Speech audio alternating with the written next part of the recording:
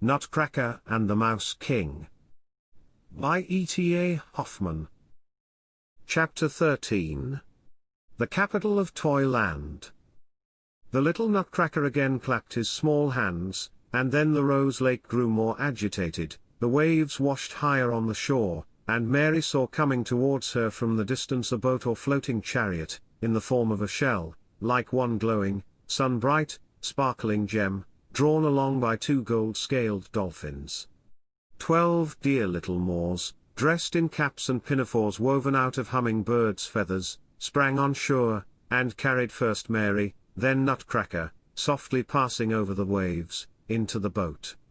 Oh, how nice it was when Mary drove off through the rose spray and the rose waves. The 2 gold-scaled dolphins lifted up their heads and spouted crystal jets high into the air, and as they fell back in gleaming and sparkling rainbows, 2 sweet voices, like little bells of silver, seemed to be singing, "Who sails upon the rosy sea? A darling fairy it must be. Little fly, shoo, shoo. Little fish, boo, boo. Swans, tar, tar. Goldfinch, tra-la. Stream, run low. Winds, soft blow. All peace today. For here comes a fay." But the little Moors, who had jumped up on the back of the chariot, appeared not to like the singing of the water jets, for they kept shaking their parasols, so that the date palm leaves, of which these were made, rattled and rustled, and at the same time the whole 12 stamped with their feet to an odd kind of tune, and sang for their part, clack, click. Click, clack. Up and down. Down and up. Black boys like a noise. Fish jump. Swans flap. Shell coach rumble. Jumble, tumble. Up and down. Down and up. Click, clack. Clack, click. "Moors are very merry people," said Nutcracker, somewhat put out by their din, "but they will set the whole lake in an uproar if they go on so." Indeed, there soon broke loose a confused tumult of extraordinary voices, which seemed to be floating all around in the air and the water, yet Mary did not mind them, but looked hard down into the scented rose waves, out of which a sweet, pleasant girl's face smiled back to her. "Ah," she cried joyfully, clapping her little hands. "Ah, just look, Herr Drosselmeer. Down there is the Princess Pirlipat, who smiles at me so graciously. Dash do look, dear Herr Drosselmeer." "Oh, dearest Miss Stahlbaum, that is not the Princess Pirlipat, that is always and only yourself, always only your own pretty face, that smiles so sweetly out of the rose waves." At this Mary quickly drew her head back, shut her eyes tight, and felt much ashamed. Next moment she was lifted out of the shell chariot and carried on shore by the 12 black boys. She found herself in a small thicket, almost more beautiful than the Christmas tree wood, so brightly did everything here shine and glitter, especially admirable being the foreign fruits that hung on all the trees, and were not only of singular colors but also had a wonderfully fine smell. "This is Confection Grove," Nutcracker told her, "but there is the capital." What now did Mary see? How shall I attempt to describe to you, dear children, the beauty and splendor of the city, which stretched itself far over a flowery plain before her eyes? Not only were the walls and towers gay with the most splendid colors, but the form of the buildings was such as you never saw on earth. For, instead of thatch, the houses had beautifully carved crowns on the top of them, and the towers were capped by the most lovely gay garlands ever seen, like the ornaments of a wedding cake.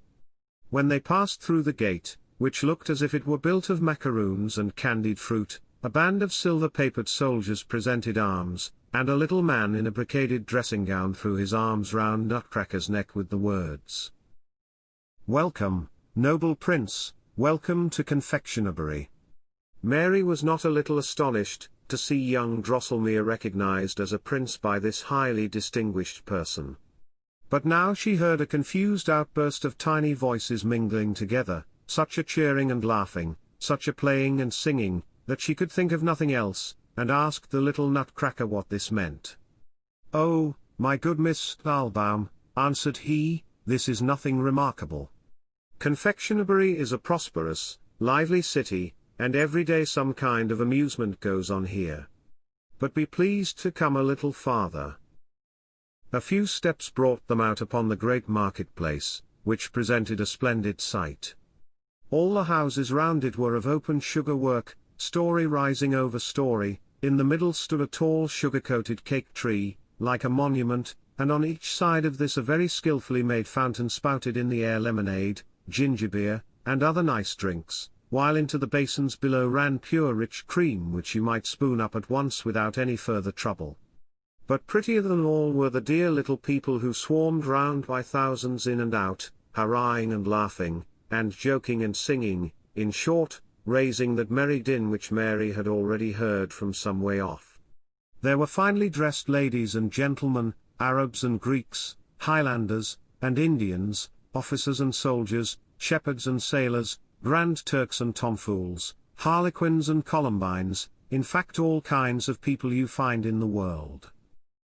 At one corner the tumult grew greater, the people thronged together, for just then the Grand Mogul had himself carried by in a palanquin, attended by 93 grandees of his realm, and by 700 slaves. But it happened that at the other corner the Guild of Fishermen, 500 strong, were holding their festival, and it was a pity that at the very same time, the Turkish Sultan had the idea of taking a ride over the marketplace with 3,000 janissaries, and yet another solemn procession, clanging and chorusing, crowded round the cake tree. What a pressing and pushing and shoving and quarrelling then came about. Soon, too, there were many cries of distress, for in the crush a fisherman had knocked off a Brahmin's head, and the Grand Mogul was nearly upset by a tomfool. Wilder and wilder rose the din, and the crowds were already falling to blows, when that man in a brocaded gown who at the gate had greeted Nutcracker as prince, climbed up on the cake tree, and, after 3 times ringing a very clear tinkling bell, called out thrice, "Confectioner! Confectioner! Confectioner!" At once the tumult was calmed, every one trying to escape from the confusion as best he could, and when the entangled processions had got clear of each other, the muddied Grand Mogul had been brushed clean, and the Brahmin's head set on again, the merry uproar broke forth anew. "What does it mean, that confectioner, dear Herr Drosselmeyer?" asked Mary. "Ah, my good Miss Stahlbaum," answered Nutcracker, "confectioner is the name given here to an unknown but very dreadful power, of which people believe that it can do with them what it will.